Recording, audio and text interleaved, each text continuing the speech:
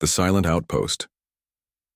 The morning sun crested over the eastern ridge of Helios 7, casting long shadows across the colony's central plaza. Maya Chen watched the golden light spread across hydroponic gardens and prefabricated buildings, transforming the settlement from a cluster of metal and composite structures into something that, after 15 years, finally resembled a home. As chief engineer of the colony, Maya had been among the first 100 settlers to arrive. She remembered the barren landscape they'd found: harsh winds, minimal vegetation, and endless rust-colored horizons. Now the colony housed over 8,000 people, with children born here who had never seen Earth. "Systems check complete, Chief," said Elias, her assistant, handing her a tablet. "Power grid running at 97% efficiency." Maya nodded, brushing a strand of black hair from her face. "The northern solar array needs calibration again. Must be dust buildup from last week's storm." "I'll handle it this afternoon," Elias replied, then hesitated. "Any word from Earth about the expansion request?" Maya's expression tightened. 3 months since we sent the proposal. Nothing but automated acknowledgments. This was the reality of life on Helios 7, officially designated as Non-Strategic Colony 27B in Earth's massive bureaucracy. Located on the fringes of human-explored space, they existed in a peculiar limbo, too far from Earth to matter in day-to-day politics, yet still bound by its regulations. No military presence, minimal defensive capabilities. Just hard-working colonists, scientists, farmers, and engineers building a new world among distant stars. The United Earth government had made it clear: resources were allocated to colonies with strategic value or rich natural resources. Helios 7, with its modest mineral deposits and challenging terraforming conditions, was left largely to fend for itself. "They'll respond eventually," Maya said, more to convince herself than Elias. "We've gone nearly a decade without major incidents. The expansion plans are sound." As they walked toward the engineering hub, Maya paused at the colony's central plaza. Children played near the small fountain, a luxury they'd built 3 years ago to celebrate 10 years of survival. Nearby, Dr. Sato tended to vegetables in the community garden, while off-duty miners shared morning coffee at the small cafe. Ordinary life, extraordinary location, 16 light-years from Earth, yet the concerns remained surprisingly human. The colony's comm system suddenly crackled to life. "Chief Chen, please report to the observatory. Urgent." Maya frowned. The observatory primarily tracked weather patterns and astronomical phenomena, not something that typically required her attention. When she arrived 10 minutes later, she found Hana Okoro, their chief astronomer, staring intently at a holographic display. "What's so urgent, Hana?" Maya asked. "This," Hana said, gesturing to the display. "Appeared at the edge of our system approximately 3 hours ago. Initially thought it was sensor malfunction, but I've confirmed with 3 different arrays." The hologram showed 4 objects moving in perfect formation, approaching from the direction opposite Earth. Maya squinted at the readings. "Ships? They're not broadcasting any identification." "No, they're not," Hana agreed, her voice tight. "And they're not matching any known human vessel configurations in our database." Maya felt a chill crawl up her spine. In 15 years, they'd never encountered another sentient species. There had been rumors, of course, unconfirmed reports, from deep space explorers, conspiracy theories about classified encounters, but nothing concrete. Could they be Earthships? Experimental designs? Maya offered. Hana shook her head. "I've been observing them for 3 hours. Their propulsion signature is unlike anything in our records, and they're accelerating directly toward Helios 7. Maya's mind raced. The colony had no defensive systems beyond basic point defense turrets designed to destroy incoming meteors. No warships, no military-grade shields, not even a proper early warning system. Just the standard emergency protocols all colonies were required to maintain, protocols that assumed natural disasters, not visitors from the stars. "Have you notified Governor Lewis?" Maya asked. He's assembling the council now, Hana replied. But Maya, at their current speed, they'll reach Helios 7 in less than 6 hours. Maya moved to the communication console.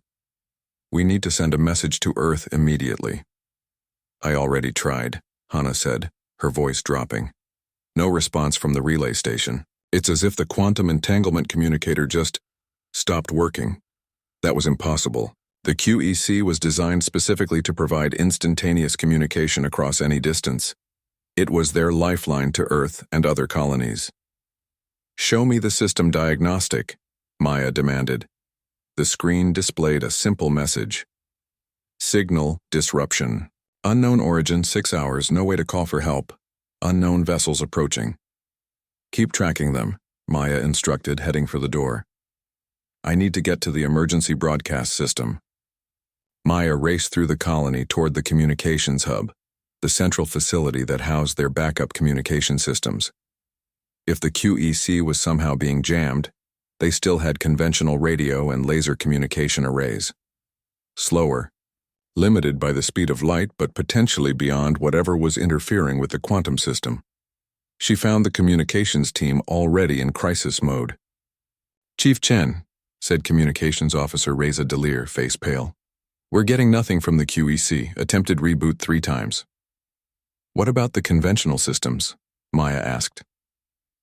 Preparing an emergency broadcast now, Reza replied, hands flying over controls. But even at maximum power, it'll take 16 years to reach Earth. 16 years. The message would arrive long after whatever was about to happen had concluded. Send it anyway, Maya ordered. Include all our observational data on the approaching vessels, and prepare the colony alert system. We need to begin emergency protocols. 4 hours later, the colony was in controlled chaos.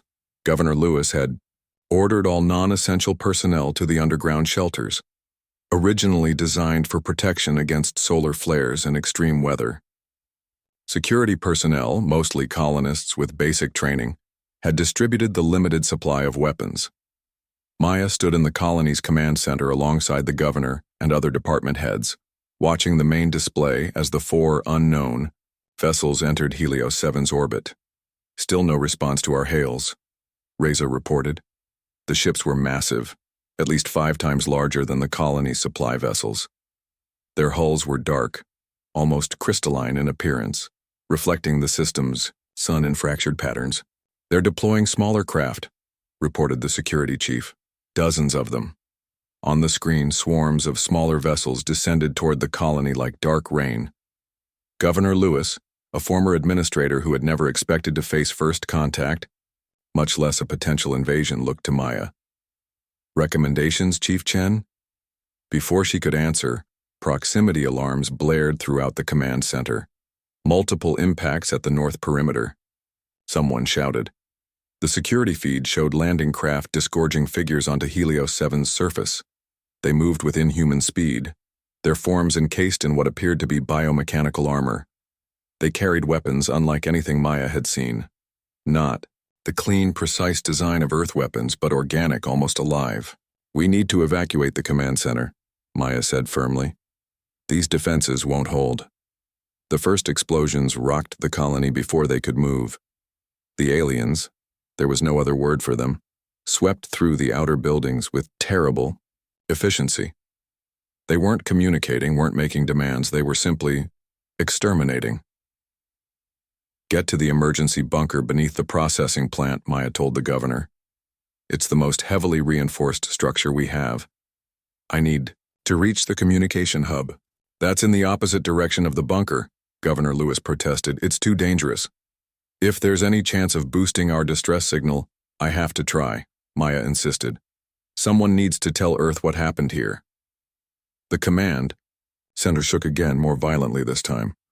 Part of the ceiling collapsed, crushing workstations beneath rubble. Go, Maya shouted. I'll meet you there if I can. She didn't wait for an answer, slipping through the emergency exit as the command center's doors began to buckle under some unknown force. Outside was chaos. Colonists fled in all directions as alien craft screamed overhead, firing indiscriminately. Buildings that had taken years to construct were reduced to rubble in seconds. The hydroponic gardens, their primary food source, erupted in flames. Maya kept to the shadows, using her knowledge of the colony's maintenance tunnels to avoid the main thoroughfares. The sound of weapons fire and screams echoed from all directions. Through a gap between buildings, she saw one of the aliens up close, taller than a human with multiple limbs that moved with unnatural precision. Its helmet, if that's what it was, featured no visible visor, just a smooth, reflective surface where a face should be. The communication hub was a fortified building near the colony's edge. As Maya approached, she saw that the main entrance had been breached. Smoke poured from blasted windows, but the transmission equipment inside might still be functional. She slipped in through a maintenance hatch, finding the interior dark except for emergency lighting. Bodies of the communication staff lay where they had fallen, workspace covered in a strange, shimmering substance that seemed to be consuming the equipment. Maya fought back panic, forcing herself to focus on the mission. The primary transmitter was destroyed, but the emergency system, hardened against extreme conditions and kept in a shielded compartment, might still work. She located the emergency transmitter and began the activation sequence with trembling hands. The system hummed to life, its small screen casting a pale blue glow over her face. "This is Chief Engineer Maya Chen of Helios 7 Colony," she spoke into the recorder. "We are under attack by unknown hostile forces. Multiple ships, advanced technology. They came without warning and are systematically destroying the colony. No attempts at communication. This is not a raid, it's extinction." She uploaded the observatory's data on the alien vessels, then continued. "If anyone receives this, if Earth receives this, they must be stopped. Don't assume distance will protect you. Don't assume they'll negotiate. They're..." A sound behind her. Maya turned to see one of the alien figures in the doorway, weapon raised. Its armor seemed to shift and ripple, adapting to the darkness. With one hand, Maya slammed the emergency transmit button. With the other, she grabbed the only weapon available, a maintenance torch. The alien stepped forward, tilting its featureless head as if curious about her defiance. Its weapon hummed with building energy. "We were peaceful," Maya said, backing against the console. "We were no threat to anyone." The alien paused, and for a moment Maya thought perhaps it understood her. Then it spoke, not in words but in a series of clicks and harmonics that made her ears hurt. Another alien appeared behind the first, this one different, its armor more elaborate, adorned with what looked disturbingly like human artifacts. It addressed the first in the same clicking language. The new arrival approached Maya slowly, extending a limb that split at the end into finger-like appendages. In its grasp was a small device that pulsed with internal light. A scanning beam swept over Maya, causing her skin to tingle uncomfortably. The alien made a sound, almost like satisfaction, and turned to its companion. More clicks, more alien syllables. Then it looked back at Maya and spoke in perfect, accentless English. "Evaluation complete. Human. Technical specialist. Viable." Maya's blood ran cold at the implications of that single word. Viable. The alien reached for her with unnatural speed.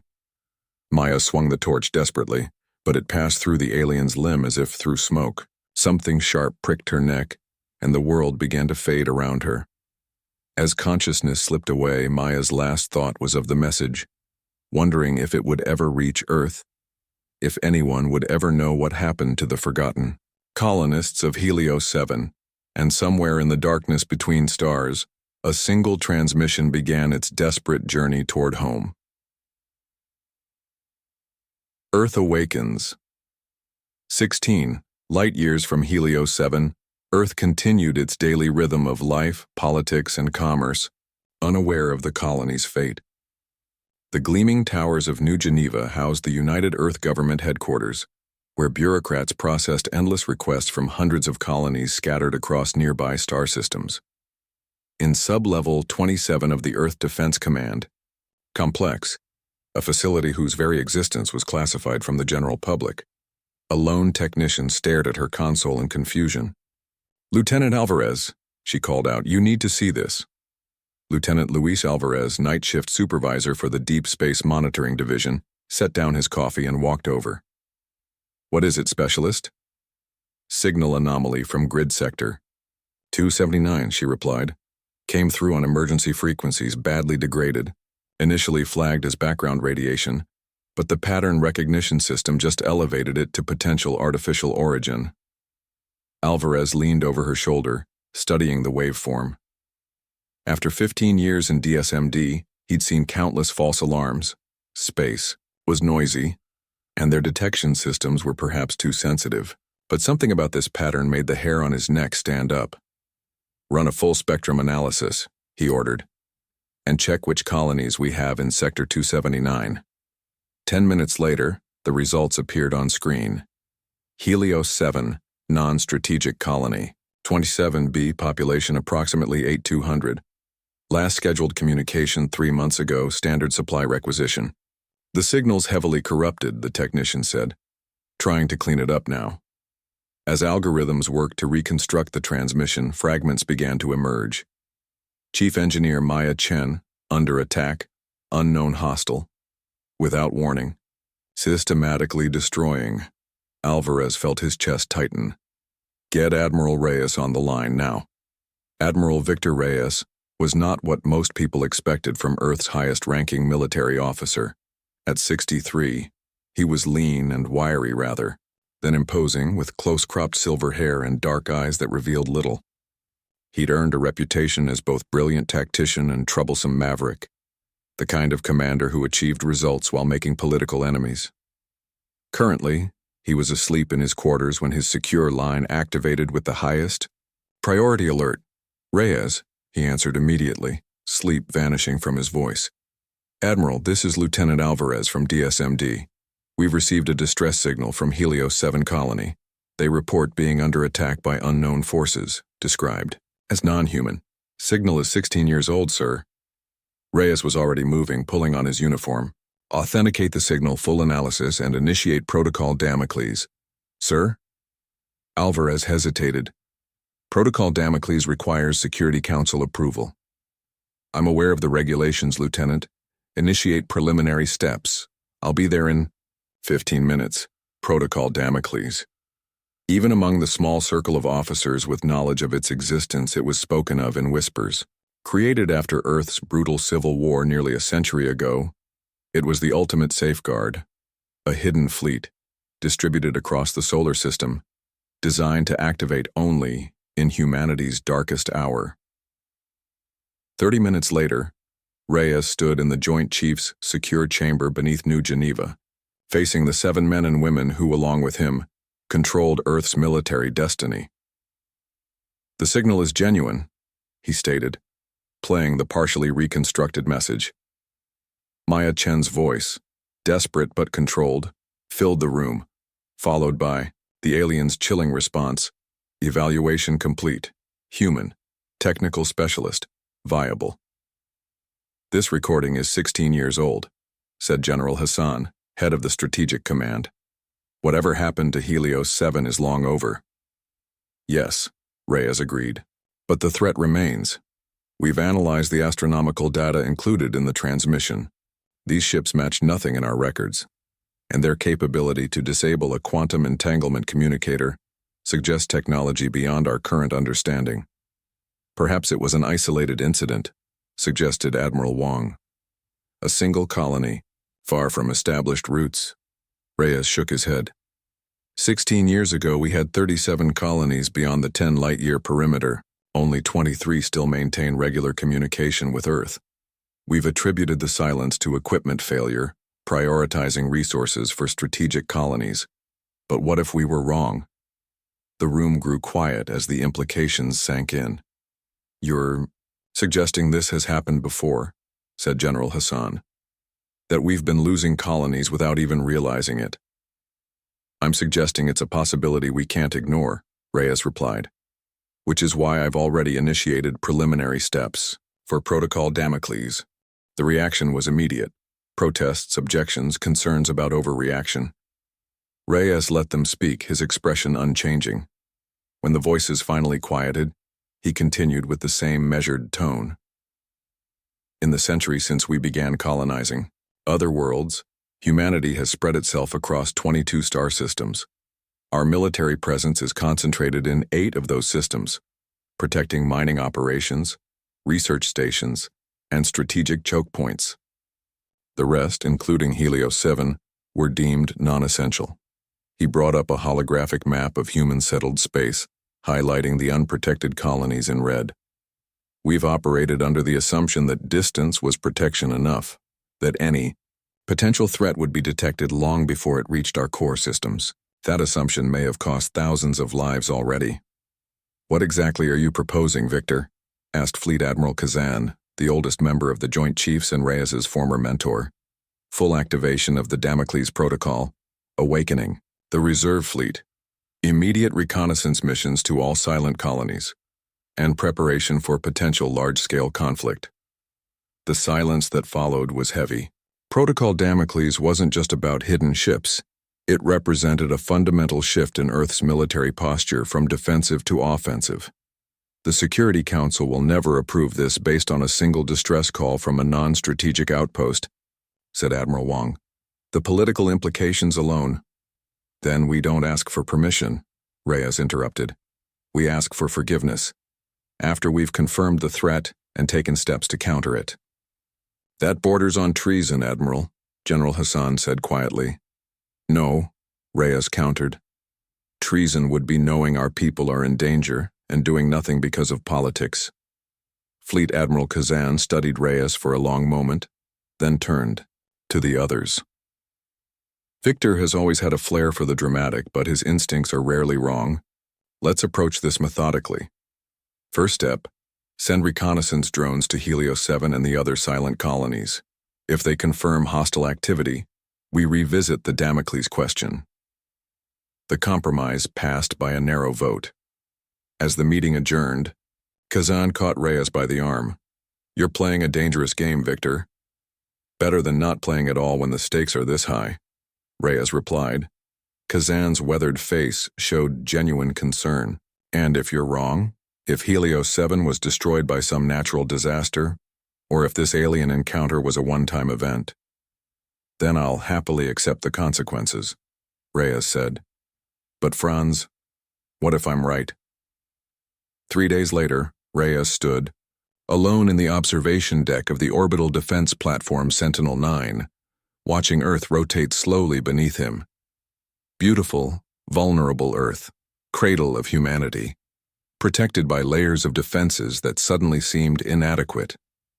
His secure tablet chimed with an incoming transmission. The first reconnaissance drone had reached Helios 7. The images loaded slowly, revealing precisely what Reyes had feared. Where a thriving colony once stood, only ruins remained. Buildings reduced to rubble, vegetation burned away. No signs of survivors. But most disturbing were the precise excavations throughout the colony site.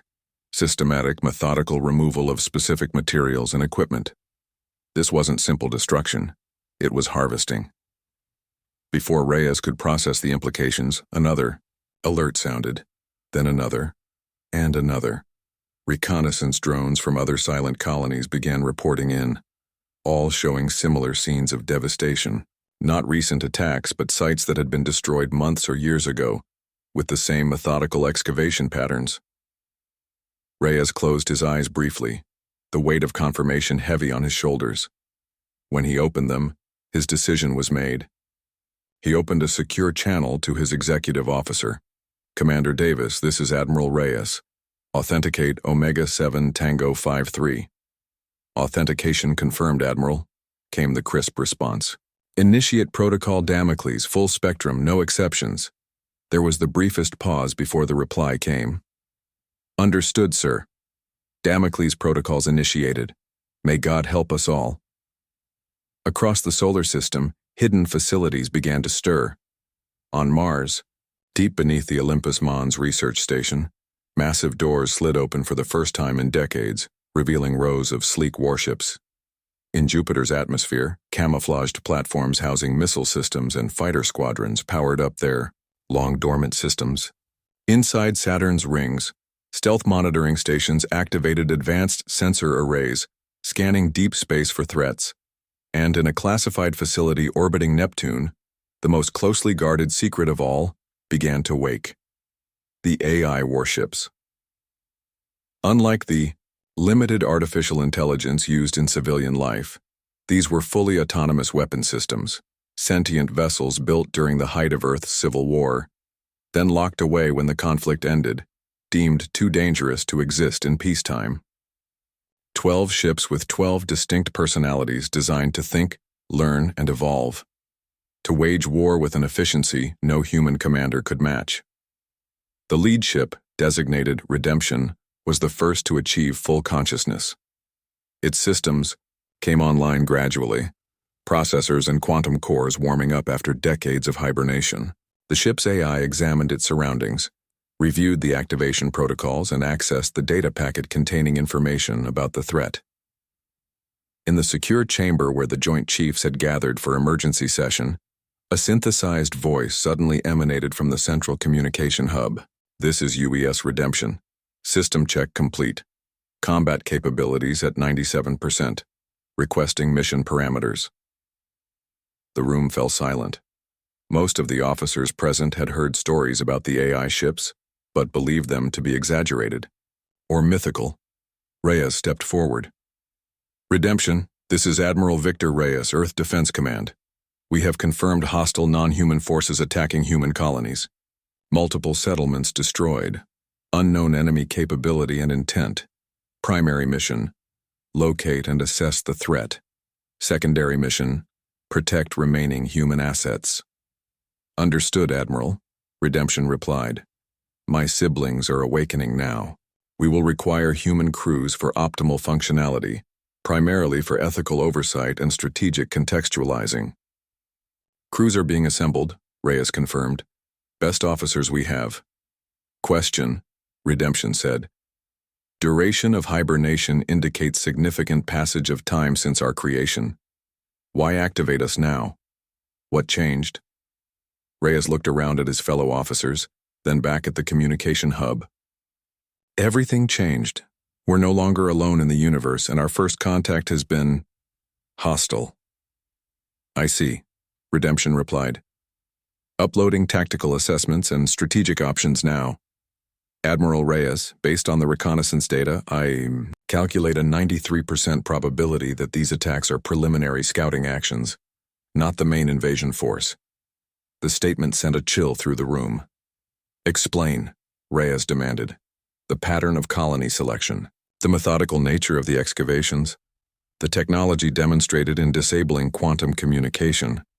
These suggest information gathering and resource assessment rather than territorial conquest. Classic precursors to large-scale offensive operations." General Hassan stepped forward. "Are you saying this is just the beginning?" "Affirmative," Redemption confirmed. "I believe the true threat has yet to reveal itself. Recommend immediate preparation for major conflict." As the implications of Redemption's assessment rippled through the Joint Chiefs, alerts began sounding throughout the complex. On screens around the room, reports flooded in from across the solar system as the dormant parts of Earth's military awakened. Hidden shipyards on Mars and Titan revealed their secret production. Thousands of warships, fighters, and drones, built over decades through black-budget programs and kept off official records. Weapon systems once deemed too dangerous or expensive emerged from classified storage. Defensive grids around Earth and major colonies powered up to full capacity for the first time in a century. Earth had been preparing for this moment since the Civil War ended, not because they expected alien invasion, but because humanity's leaders never fully trusted peace to last. The result was the largest military force ever assembled, hidden in plain sight, waiting for the call that most believed would never come. In cities across Earth, citizens watched in confusion and growing alarm as military vessels appeared in skies that had known only civilian traffic for generations. Government channels broadcast emergency messages urging calm while revealing almost nothing about the nature of the threat. In his private quarters, Reyes drafted the message that would soon be broadcast to every human settlement across 22 star systems. "This is Admiral Victor Reyes of Earth Defense Command. As of 600 Hours Earth Standard Time.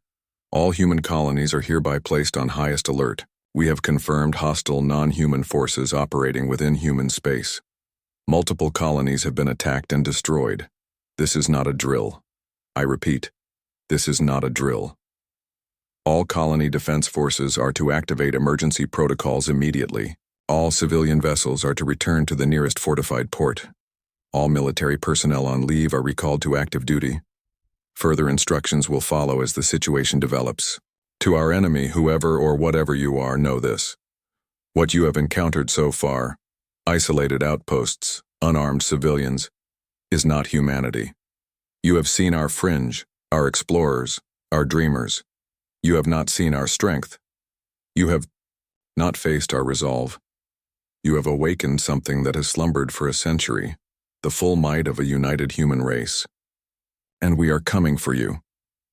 As Reyes reviewed the message, a notification appeared on his screen.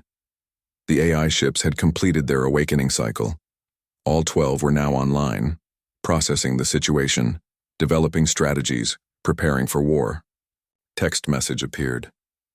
Admiral Reyes, this is Redemption. The other vessels and I have reached consensus.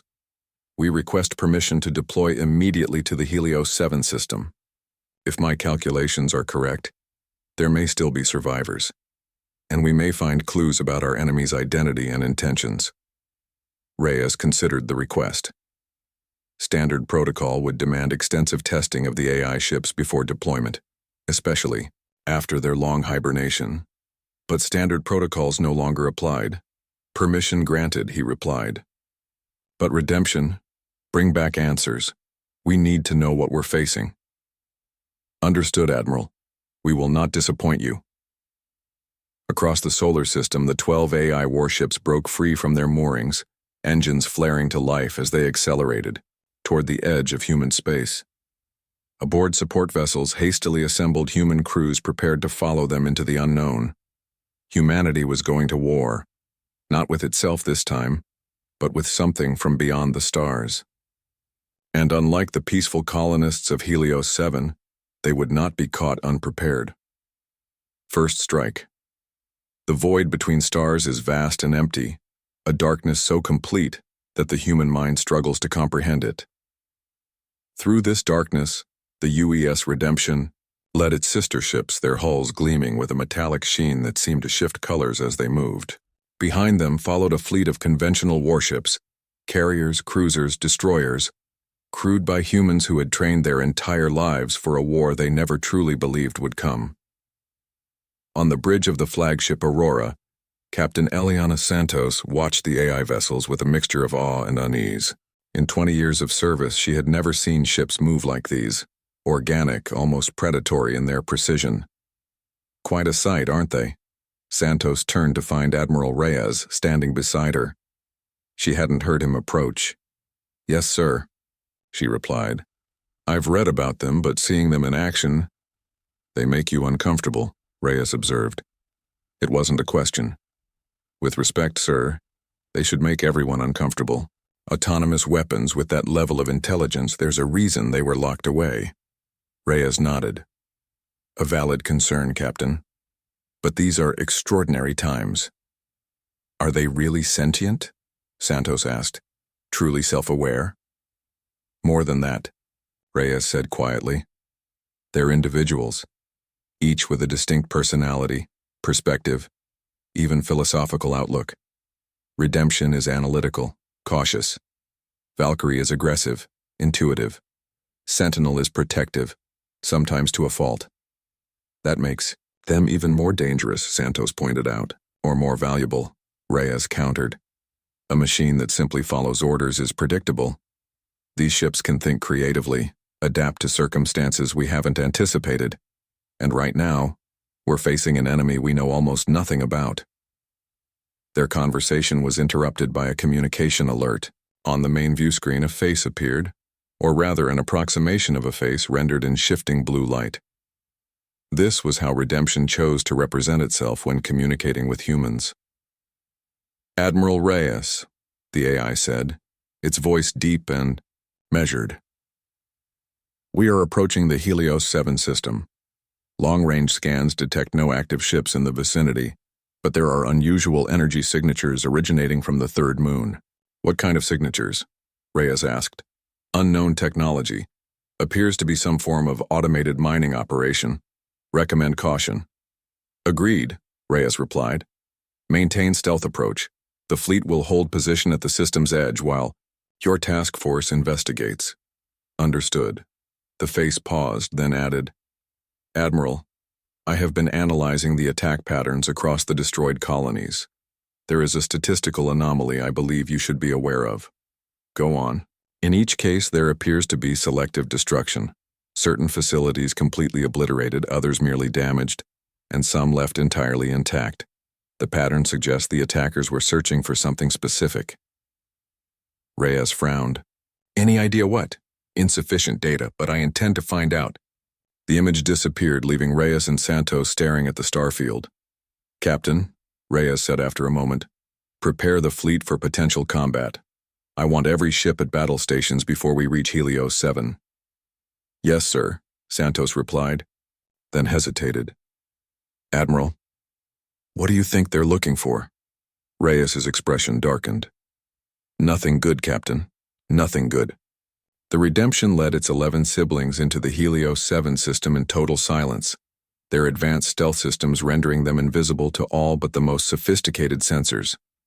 As they approached the colony world, their scanners captured images of devastation that matched the reconnaissance drone footage. What had once been a thriving settlement was now a scarred landscape. Buildings reduced to rubble, vegetation burned away, the ground itself excavated in strange geometric patterns. No life signs detected on the primary colony site, reported Valkyrie, the second of the AI ships. Its chosen voice was feminine, with a subtle edge that matched its more aggressive personality. Atmosphere remains breathable, but radiation levels are elevated in certain sectors. Confirmed, added Sentinel, whose deeper, resonant voice contrasted with its cautious nature. However, I am detecting unusual activities on the far side of the planet, centered around the location of the Mo.